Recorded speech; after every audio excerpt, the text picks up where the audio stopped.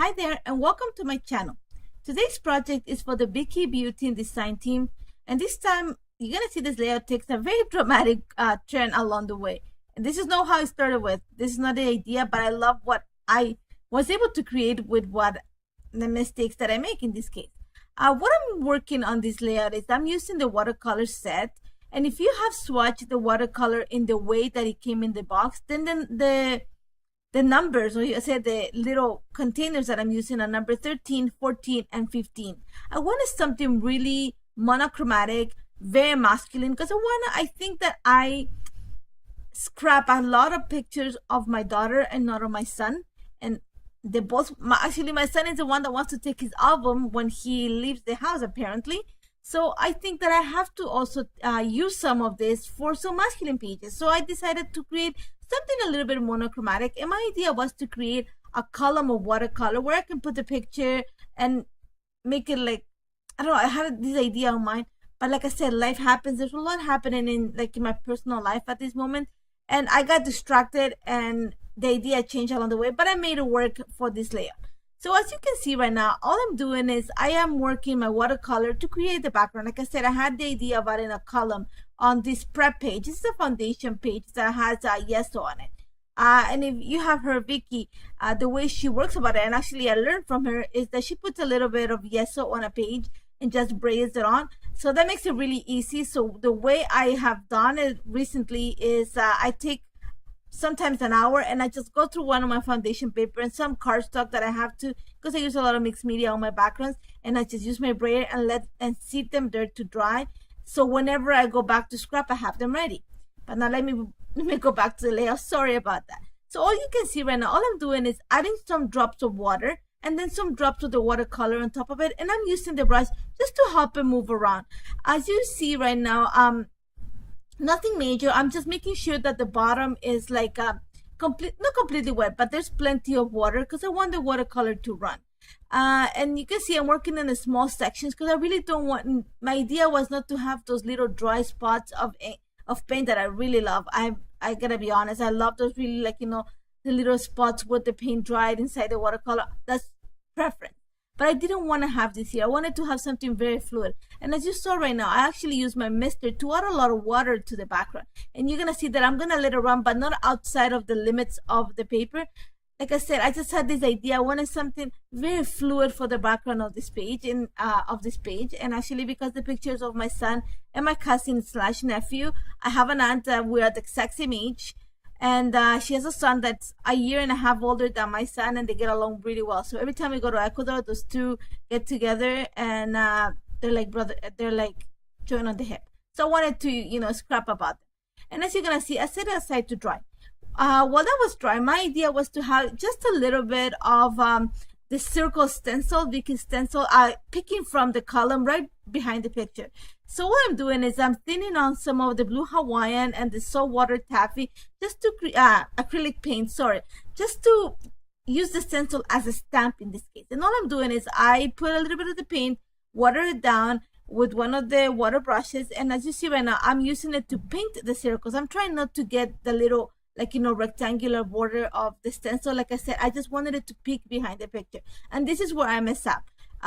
I already have the right hand side, and I knew that was gonna be fine, and for some reason I don't know what happened. I thought about diagonal and my mind just went somewhere else, and I created an entire diagonal for the entire page.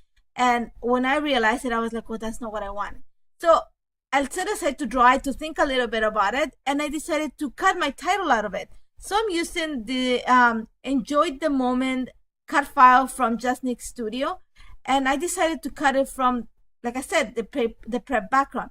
All I did is just be careful if you're gonna cut like a foundation paper that has a paint in it. It's a little bit harder to cut, so you either go double cut, or you set your blade a little bit deeper and slow down the speed of the cameo in this case, because that's what I use. It just helps not to destroy your blade and to get like the crisp line of the cutout. And that's about it. As you're gonna see right now, once I put it on the paper, and this is just a plain foundation page, nothing's been prepped, I had this idea of a sunshine. And we have been talking with Vicki about ideas for next month, and one of my ideas was a sunshine. But like I said, I had a monochromatic idea, so I'm gonna create my own type of sunshine for this page. And all I'm doing, as you see, is I'm creating what you can say the sunburst of the sun. And I just marked the center point, and I just decided to give it 2 inches split in between the lines. And all I'm doing is I'm using a painter's tape to mask each of the sections. And I'm going to use the stamps. I'm going to use the circle stamps for this particular layout. And I'm going to use the Cool Set inks from Vicki to work around it. And all I'm going to do, because I'm going to speed up this a lot, is I'm going to use all the blues. I'm going to try to make it like as is the deeper color to the lighter color to the sides. And I'm using the circles just to stamp the images in between. I wanted to do this. Like I said, I wanted sunshine. I wanted to be monochromatic. I wanted to put emphasis. You're gonna see I'm trying to create sort of a triangle for the picture and the title all together. It will come all together in a little bit. And all I'm doing is I'm being very careful. I'm using some extra paper just to make sure that I don't stain the rest of the page, and to make sure that I keep everything limited, because I'm not gonna be drawing lines. The masking tape is gonna serve as my limit. So as you see right now, I'm done with the one part, and I went off camera, and then I decided to use some of my old washi tape just to mask where everything is gonna be at. And right now is when I'm gonna go and start stamping. And I decided to use the different sizes of the circle stamp just to create I didn't want to go with the same. I wanted to bring a little bit of fun to this layer. Again, just be careful when you stamp the ink. This ink is very, very juicy, so that means there's a lot of ink. And the foundation paper has a little coating on it, so the ink stays fresh, or I can say watery for a little bit. So if you're stamping, just be careful to run your finger over the ink. You'll smush a little bit of the ink. So just keep that in mind when you're working with that. And that's, I think, why I'm having the paper, so that avoids for me touching the sunburst in this case and moving the ink around. And again, all I'm doing is I'm using the different circles. I just wanted to bring a little bit of playfulness to this part of the layout, and also to add different colors and shapes. Because there's not much to it. It's gonna be a sunburst, and then the title, and then the picture, and a few decorations. And like I said, super simple, not what I had in mind, but I worked, and I like the way it looks right now. Actually, I think this is a layout that my son will take. He actually likes it. So yay on both sides. And as you can see, that's it. And I'll set it aside to dry for a tiny little bit, like I said, because the ink stays a little bit like fresh for a while. And you're gonna see right now when I pull all the masking tape what it looks like, and I actually like it. And I actually kept the bottom part of one of the foundation paper, the cover. It helps to create mixed media. So great idea. So now what I wanted to do is, I didn't want to leave it plain white. The little intersecting triangles of the sunburst. So all I'm doing is I'm bringing some iridescent glaze, and I'm gonna mix it with the colors, the watercolors that I had already on my piece of acetate. And all I'm gonna do is use one of Vicki's brushes, the flat ones, just to create and add color to the little triangles. And simple. I'm just trying to, like I said, I'm trying to keep it very linear. So all I'm doing is being careful not to go on top of the ink, because then I actually try a little bit at the bottom, and it picked up a little bit of the ink. So I'm being careful not to do that. And I'm just gonna take my time to just color the inside of the triangle.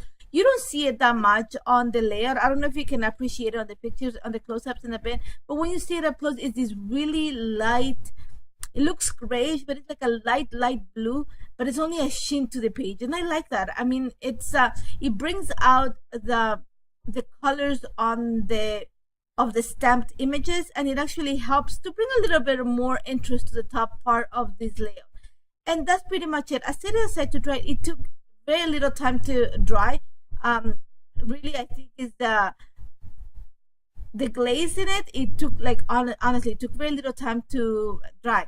So while that was drying, I started working on the picture, and I wanted simple layers for the picture. I wanted the picture to shine. So all I did is I added a piece, I believe it's a piece of vellum behind the picture, and then I add a piece of fun foam right behind the picture. I wanted it to pop from all the papers, and I'm taking advantage of all the 7x10 paper pad and also the 12x12 paper pad to cut some of the papers from that are gonna be layering behind the picture.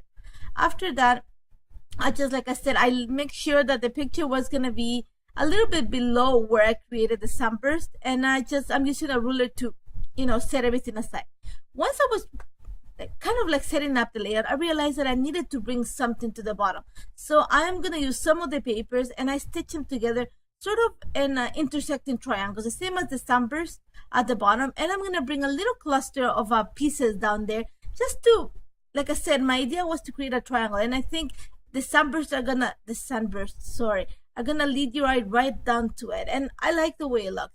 And after that, all I'm doing, you're gonna see is that I chose, and you see my little container on the side, I pulled all the pieces from Vicki's lines that were in the shade of blue or like this really dark teal, just to add on the layout. And I found that the enamel dots, or the finishing embellishments, is as they're called in the package, that just helps to, with the idea of the circles inside the stampers. So I'm just taking advantage of that. I wanted to keep like everything monochrome, so I'm taking advantage a lot of the watercolor stickers, and I'm gonna keep them simple black and white to match the picture.